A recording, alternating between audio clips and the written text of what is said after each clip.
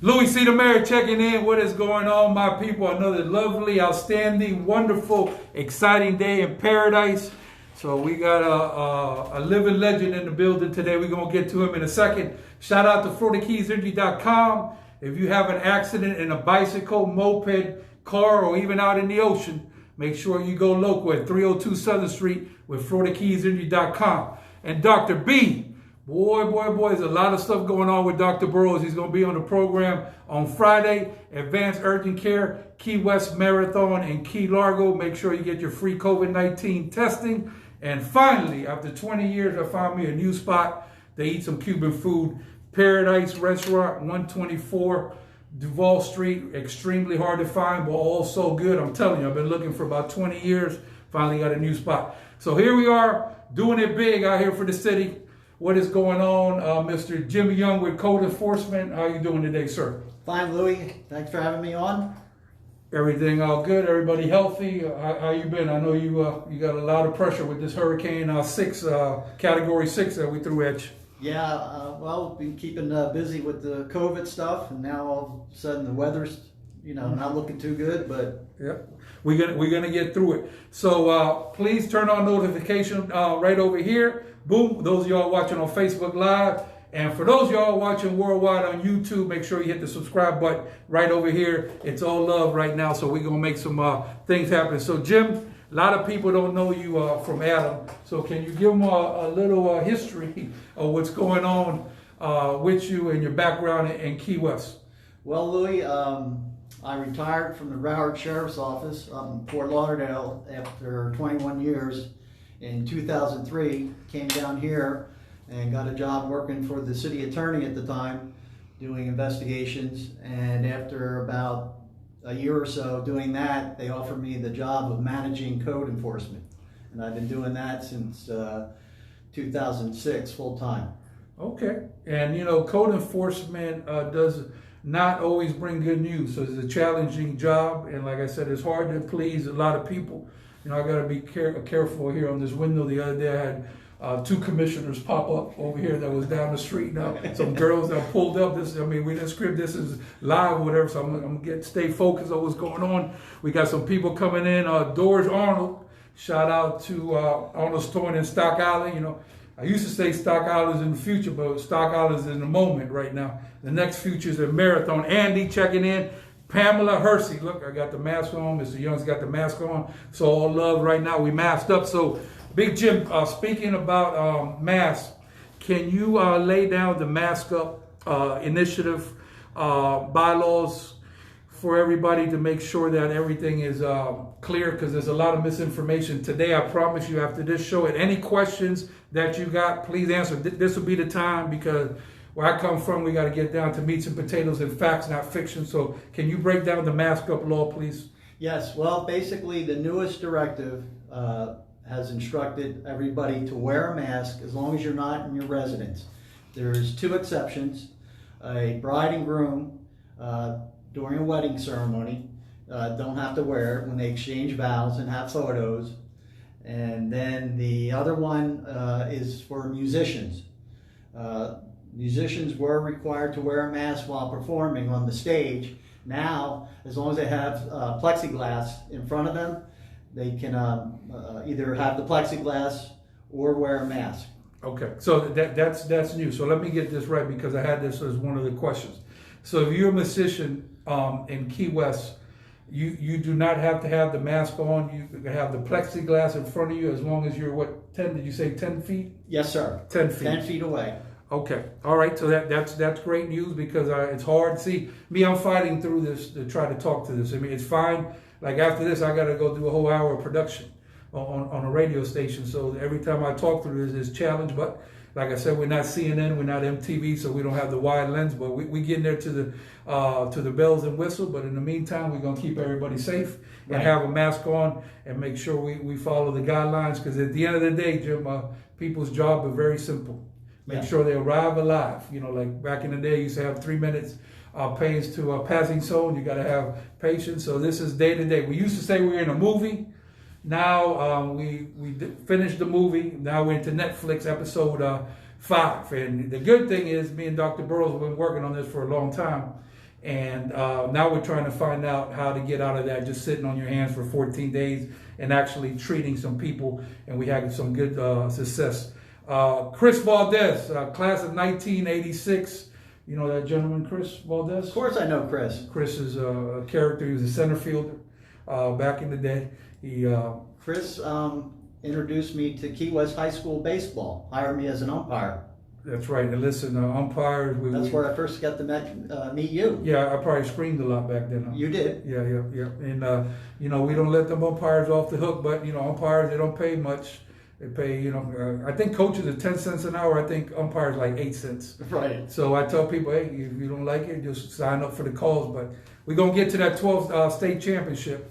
So we're working on that. Unfortunately, you know, all bad news right now as it goes to the schools. Tangela Edwards, what's up, girl? I'm glad you tuned in. Listen, we keep it blood raw around here on this program. If you have any questions whatsoever, this right now we in time to ask these questions so we could be clear, because like I said, Facebook, you know, is not factual. It's far from factual. This man does his job. This is his job to keep the enforcement. And it's hard because you got 7 people up there. Sometimes they 7 different ways, and you got a city manager one way. It's all types of stuff that happen with behind the scenes. I mean, if they had a documentary in Key West, I think we'll beat the Kardashians. So much behind the scenes stuff going on. So let me ask you this. So the 50% is based on occupancy, right? For restaurants. For the restaurants, right? Yes, sir. And then there's no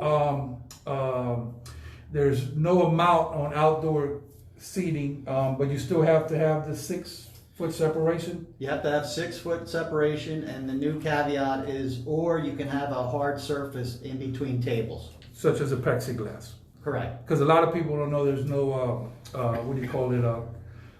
Capacity on outdoor space. A lot of people don't realize with the fire department, but they are encouraging people to, you know, be outdoors and get fresh air. So we have, luckily in the Keys, we got a lot of places that are outdoors and people want to be outdoors all day. So I'm glad we cleared that up. And now let me ask you this. You know, I try to not be in the office a whole bunch of time. I like to be in the streets. We used to shake a lot of hands and kiss a lot of babies. Now, not so much, because they said not to do that. But for the most part, what I've seen, and every time I see some of this foolishness, I'll be honest with you, my blood pressure go to 38.5 special hot. What I've seen is that for the most part, when I go out there, I see there's a lot of compliance. I don't see a whole bunch of not people complying. I mean, you're out there obviously more than me. I want you to give it to the people straight. Louie, I've been out there sometimes working 10-hour shifts, and in the beginning, it was a lot of non-compliance. But as the weeks went by, you're right. I'd say 90% of the people we're dealing with now are in compliance. So it only takes a few photographs to be emailed or placed on Facebook to make it look like things are out of control. Gotcha. And let me ask you a question, because this is another thing here that I want to clarify. If you go in the restaurant establishment, right, you're doing the proper distancing and you're sitting at the table. First of all, I tell people it's very simple. If you stand up, you're wearing a mask. Correct. And that's the best way for me to explain it to them, because you know, a lot of people don't understand calculus. You got to give it to them in basic math. But necessary doesn't mean that you have to be at a table and have food. Am I incorrect on that? Do you have to by force be eating, or can I just go in and say, hey, I'm sitting with you and I wanted to go get some fresh air? Let's say I said I have Fogarty's.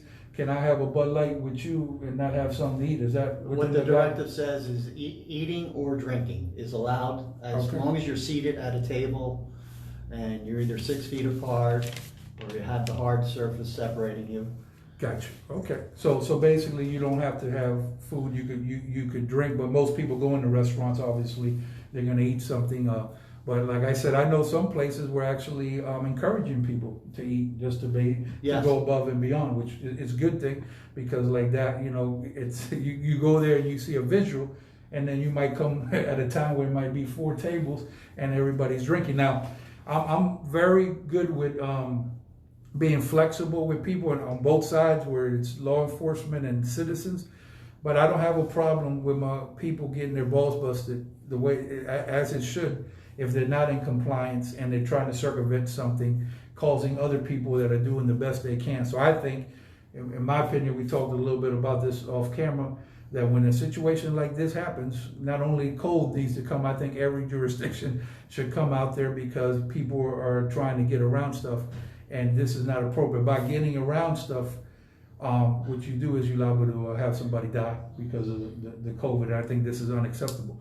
But we haven't really seen a lot of this. We know there's a couple people out there, we're not gonna call no names, but if y'all watching, y'all know who you are. Y'all really need to get it together because it's making it harder on people that are going by the book, in my opinion. I mean, yes. What's been your, what's been your thoughts there as far as when you go out? Most 99% of the people doing the right thing. Yes, we had some issues in the beginning with businesses and employees, and our first step was education. We were handing out masks. And Greg Velez, the city manager, saw what sort of task it was, and he, along with Sean Brandenburg, decided to have the police officers designated as code officers to give us some more bodies to go out there and educate and then enforce these directives. I got you. Okay, yeah, no, that's good. And like I said, a lot of people, they've been placed in a tough spot. You number one. You on top of the charts out here because, like I said, it's tough to make everybody happy, and it's not going to happen. You always have a couple bad apples in the bunch. And I had a talk with a commissioner today, and for the most part, he stays home. So that's why I tell people that if you don't want to be around anything at all, we didn't lose the option to stay home and not go any place where you don't have any business being. So what can you tell me? I refer to certain people, like you talked about the social media, that are part, in my opinion, this is solely my opinion, they're part of the problem and not the solution. And when I say that, I'm talking about people going on, social media, putting up fake posts of something that was 4 years ago, getting people up in arms, and I'm pretty sure you get 5 phone calls about stuff you trying to just, probably, drink some bottled water, relax, or watch something, and all of a sudden they start going ham on their social media. I believe that these people are not helping anything out because, number one, they wouldn't be in those locations. Number two, they probably don't go down Duval anyway, but they go in there for the sole part of taking pictures and basically putting stuff on social media. So, I mean, what would you tell these type of people about this behavior? Well, stirring the pot never helps any situation. And now with this situation, this is affecting the whole world. And, by being very critical, I mean, everybody's entitled to their opinion. Right? This is America, so we have to understand that. But to intentionally put false information out there just to stir the pot, to me, it's very wrong. And one of the things I notice is my department is taking a lot of the brunt of this type of reaction from people. And listen, when I became a police officer and when I became the director of code, I didn't realize I'd be doing this type of thing. And it's very hard when you have people out there putting out the misinformation on social media. And I tell my code officers and my staff, we don't govern, we don't do our job according to Facebook or social media. You go out there, you do the job that we're directed to do, you treat people fair, and at the end of the day, my concern is make sure you get home safe to your family. Okay, and that's definitely what everybody should be doing, is trying to stay alive and live through this. Unfortunately, we lost, I believe, 6 people in the Florida Keys, and 1 is too many, and 1 person in the world is too many. But we're going to get through this, and I promise you it's going to get better. But in my opinion, like I said, we have to live somewhere in the middle, because 1918 pandemic lasted for 4 years. A lot of people don't realize that, and this is not going away tomorrow. When you leave here, it's not going to go away, 2 days from now, we going to have to deal with it. And it seems bad, but we actually doing a lot better than a lot of places. And the one thing I want to stress also, I was thinking about this today, is that if we wasn't special and had one way in and one way out, this stuff about closing a road would not even be a conversation. Right. Because in New York, when they had whatever, 1 million cases, whatever the number was, you still could go to New York and you still could go about your business. You might not be able to go to certain places, but you still could do it. So we're kind of special down here.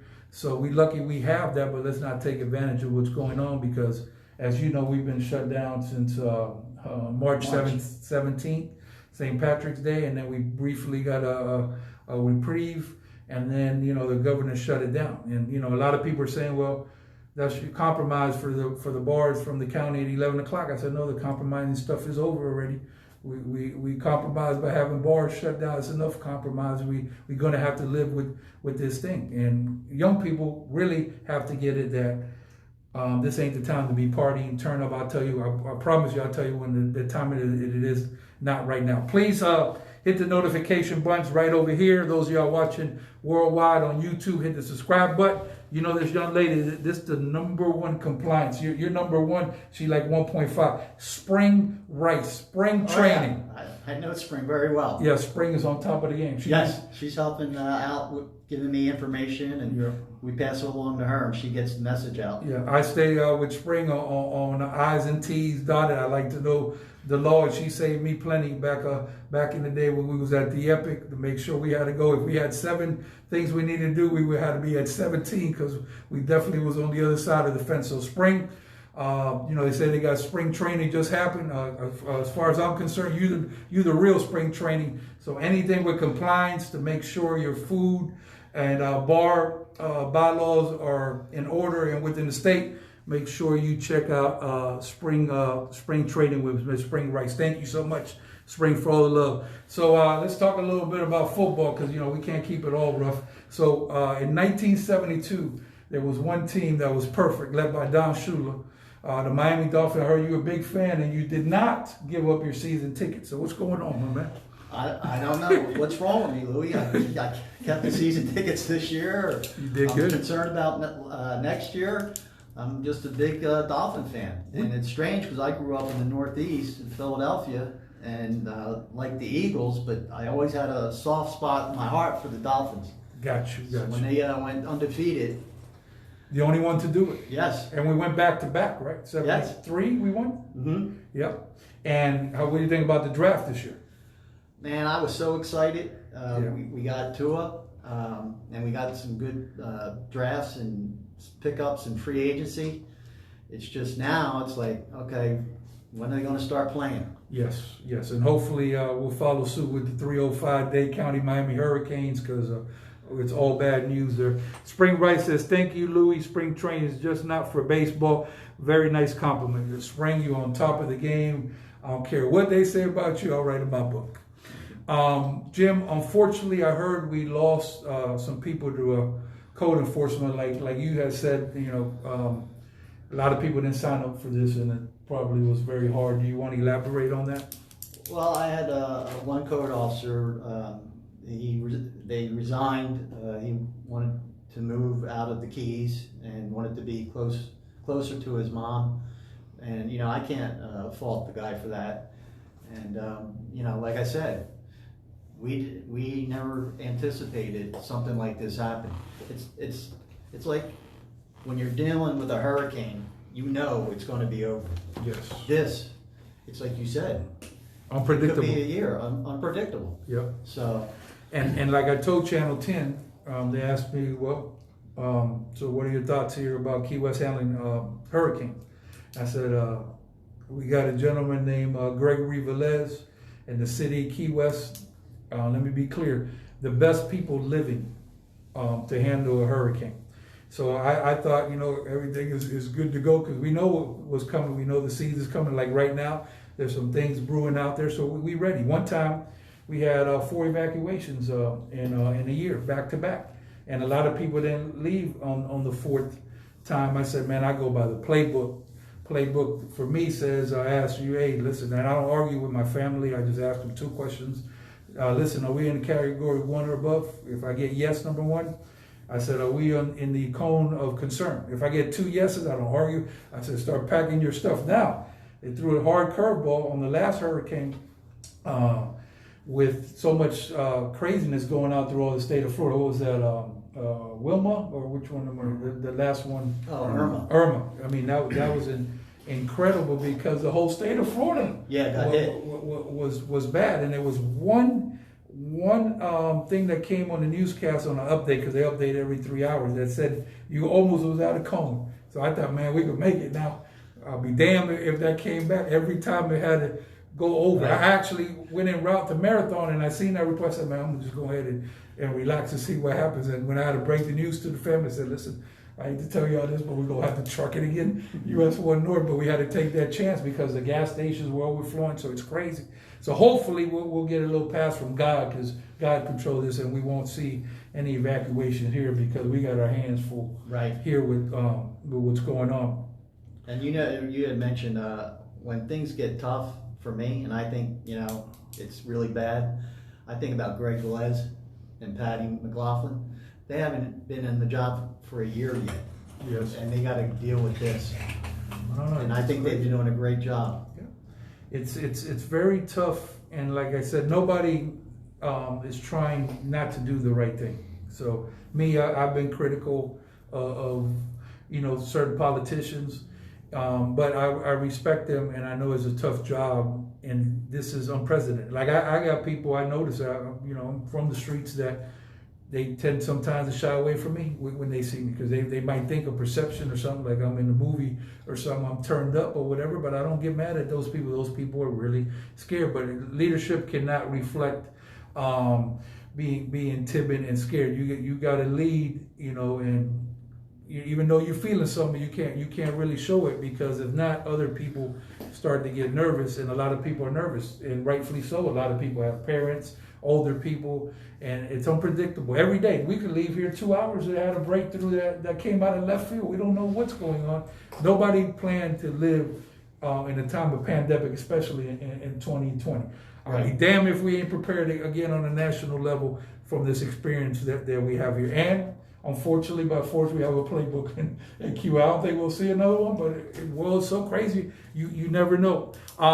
Jim, what is the tale of the tape with the Lobster mini season? A whole bunch of confusion with this. I want you just to clarify exactly where we at with this, please, sir. Okay, so that starts at 12:01 tonight, midnight. Okay. What the city has done is close the public boat ramps, Simonton Street Beach and 11th and Riviera, down for locals only. The boat ramp at Garrison Bight is for locals only, and for registered hotel or vacation guests. Okay. And there are certain hours, I believe it's 6 a.m. to 8 p.m. Gotcha. And let's be honest, Jim, with your staff and even, Sean Brandenburg, a hell of a situation for him too. We only have what we have as far as resources. I remember when I was on Duval Street back in the day, some nights we only had 6 officers working for the whole city. I don't know how many we have now. So people say, hey, well, they're not enforcing this and not enforcing that. And I tell them the same thing. I come from the school of the Fantasy Fest. Oh, well, I heard this was going on. I said, well, did you call somebody and tell them what's happening? Because if you seen it, you ain't reported, nothing really happened. And a lot of times you get to the call and the thing's already done or whatever. So it's very tough to be in the city jurisdiction in Key West and enforce all this. As a matter of fact, it can't be done because you can't have a person on each block or whatever. So you do the best you can. And citizens are critical. If you see somebody acting recklessly coming down here, we got to get these people from around here. And I'm just hoping that everybody has a good lobster season. I'll be honest with you, it's troubling because every year we have fatalities, unfortunately, on the water. And I think this is why they did the mini season, because they don't want the people that have, lack of experience mixing in with other people that are professional, like the fishermen, and all together is like a zoo out there. So I'm hoping we could get through this, and I'm hoping that there's no escalation of people coming down here. But I got to tell you, I believe from what I'm gathering from hotels, a lot of people are coming, and I don't think a lot of people are going to deter their plans. I think they're just going to find ways to get those boats in the water, whether it be privately or whatever. So I guess, as long as that road's open, people are going to come down. I mean, the sheriff told me that during the middle of the pandemic, there was as many as 2,000 people trying to get in a day. And that's with the pandemic and a blockade. So now, of course, the people are going to come in. I think I seen that the governor won't allow bridges to be shut down. So I think so far, unless something changes, that you still can fish off bridges. Have you heard anything about that? No, I haven't. Okay. I got Greg coming in here. Said enjoyed a great meal this evening at Paradise Restaurant per Louie. I told you this place is very hard to find. It's so funny, and y'all think I'm playing around. I had a person go in there and went outside to smoke a cigarette and went in another place. He was back in the original place, that Paradise Restaurant. When you find it, I don't know, it might take you 2-3 times to finally get it, but you're going to be happy as pie, because a million people don't know about it, and locals, for the most part, especially old school conks, don't like to come downtown. Well, y'all gonna come for this, because this food is very good. So thank you, Greg. So anything else that we need to stress to people, Jim, as far as we going into the lobster season, or anything that you could tell people? And I'm gonna say this before we answer. I need y'all to respect people and talk to people. If you talk with people, you have a way of things moving forward. If you start screaming, people respond to screaming by screaming. This man just trying to do his job. He didn't make the goddamn rule with the master. He given a task and an initiative of what to do. He got to go enforce it. Now, I will say this though. People making the rules and regulations, like me, if I was up there, I'm going on the street, on the sidewalk. I don't stay up there in City Hall. I'm gonna go on the street, not every day, but I got to go out there and see what's going on, because I'm not believing a lot of the hype on the social media. So then when somebody calls me and say, well, I went down there, this happened, then I can tell, well, I was out there. I'll be honest with you, I walked 4 blocks and I didn't see anything else happen. So what can we do, Jim, to try to make your job easier and to protect everybody out there? You have any suggestions? Yeah, I mean, just follow the directives, and you'll be fine. Also, one of the other things about the mini season is they are stopping the sale of alcohol from 11 p.m. to 7 a.m., I believe. Right. And that's anywhere in the city. Right. And then today we got an amendment from this is a county directive as far as food. Initially, they said all restaurants had to be closed at 11. They amended that today to allow for drive-throughs to stay open.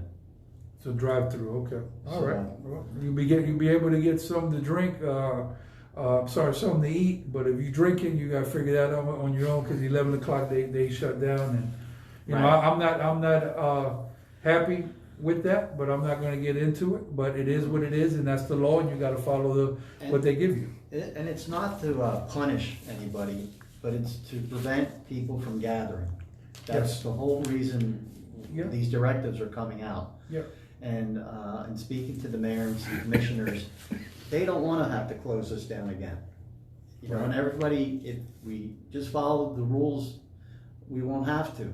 Right, and like I said, for the most part, everybody is doing the right thing. Yes. And you have some people, like everything else, you have majority of, let's say, spring breakers come in. Most of them are good. You always got a couple of knuckleheads in the bunch, and people in general.